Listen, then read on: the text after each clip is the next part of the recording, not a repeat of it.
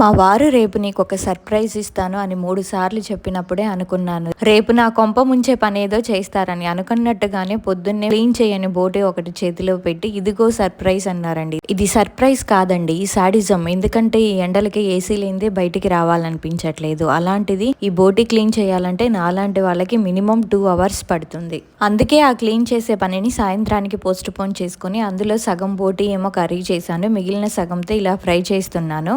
ఈ బోటీని ముందుగానే కుక్కర్లో ఉప్పు పసుపు వేసుకొని మెత్తగా ఉడికించుకొని పెట్టుకున్నానండి.